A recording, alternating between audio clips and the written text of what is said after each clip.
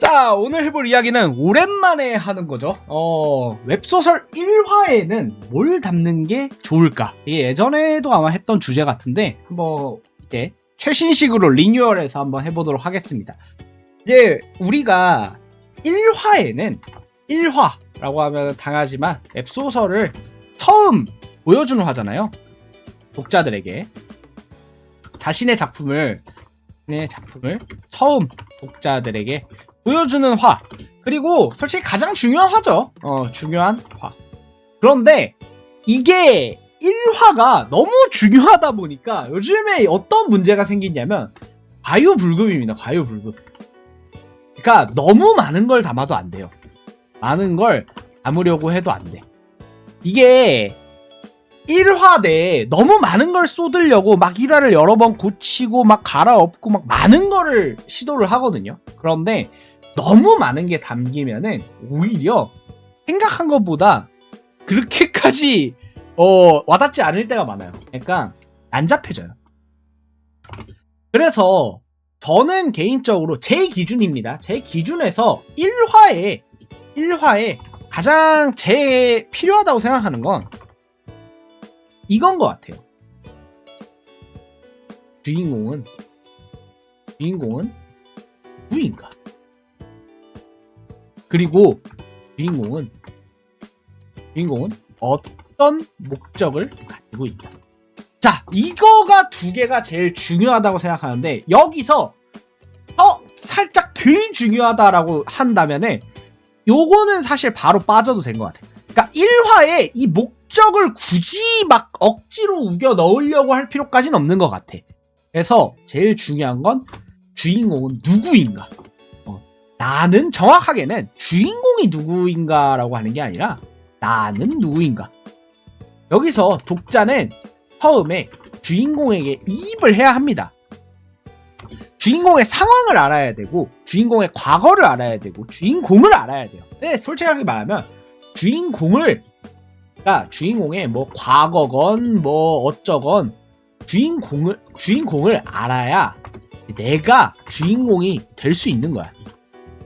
그리고 이 서사가 막 우리들이 생각해서는 엄청나게 궁금하게 만들어야 하고 기대하게 만들어야 하고 막 이렇게 되게 생각을 많이 한단 말이야. 그런데 이거를 다 담으려면 진짜 쉽지 않아요. 그래서 저는 생각한 것보다 되게 좋은 방식 중 하나가 이제 주인공의 인생 소개 같은 거가 생각보다 나쁘지 않다고 생각해요.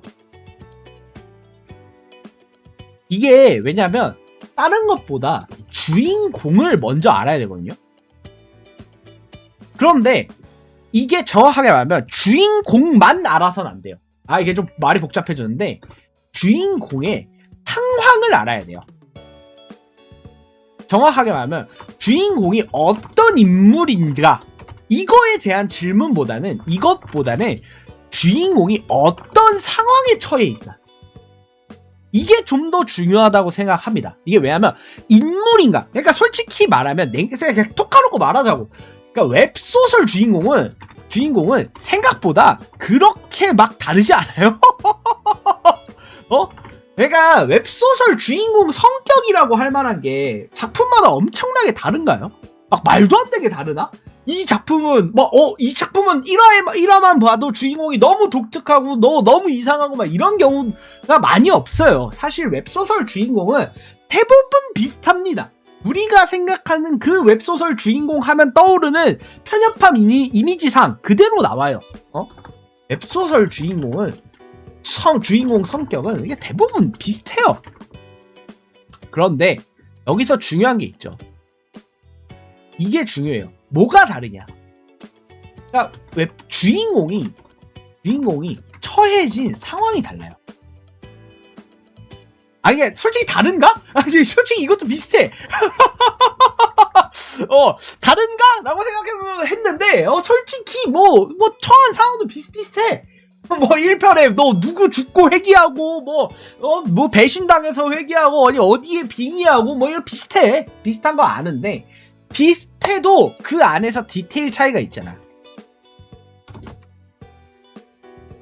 그냥 남들과 똑같이 할 수는 없잖아. 그러니까 남들과 똑같다고 하더라도 나의 이 이야기의 주인공에 대해서는 알려줘야 한다고. 이게 뭐냐면요, 여러분 이런 거예요. 그냥 할리우드 뭐 영화 같은 거 보면은 주인공 약간 처한 상황 비슷하잖아. 뭐 은퇴한 퇴직 뭐 군인 뭐 이런 거 해가지고 비슷하잖아. 근데도 설명을 해야 돼요. 이게 달라요. 그래야 몰입합니다. 우리가 뻔하다고 해서 주인공의 이야기를 스킵을 해버리면 곤란해져요. 그래서 저 같은 경우에는 이 주인공이 처음에 1화에 담겼으면 좋겠다. 담기면 좋겠다고 생각하는 건 이제 주인공이 어떤 상황에 처해 있는지야.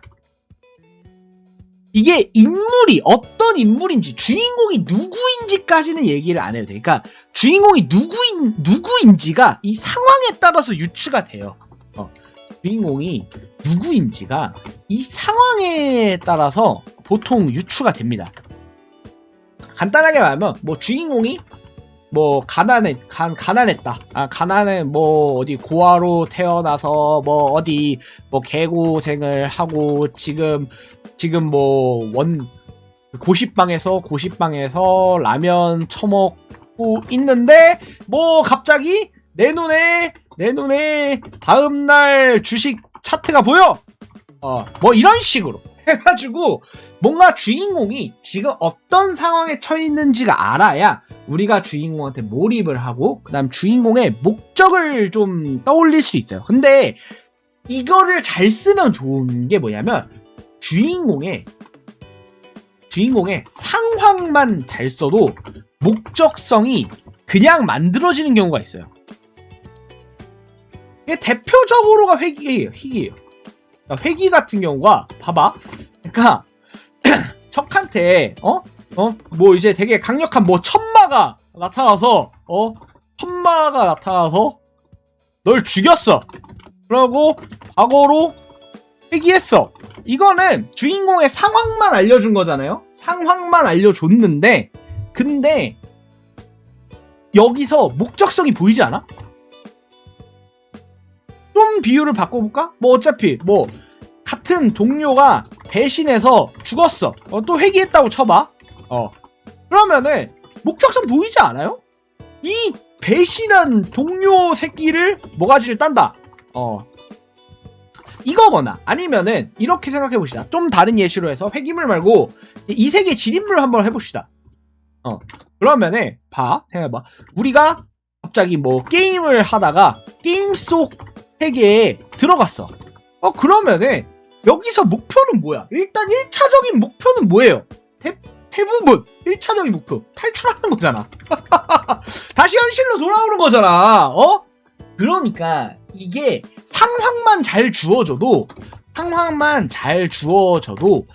목적성이 저절로 생기는 경우가 많아요. 그래서 이런 식으로 해서 처음에 내가 주인공이 어떤 상황에 있고 어떤 상황에 처해 있는지 독자들에게 명확하게 알려주는 게 저는 개인적으로 1화의 핵심이라고 생각합니다. 뭐 여기서 엄청나게 연출적인 거 뭐 엄청 뽕맛 이런 거 챙겨도 좋아. 근데 그 너무 많은 걸 챙기려고 하다가 그르칠 수 있으니까 개인적으로는 이 정도 주인공이 어떤 상황에 처해 있는지 우리가 독자들에게 명확하게 알려주는 게 바로 1화의 가장 중요한 요소라고 생각합니다. 이상 여기까지 오늘의 이야기 마치도록 하겠습니다. 감사합니다.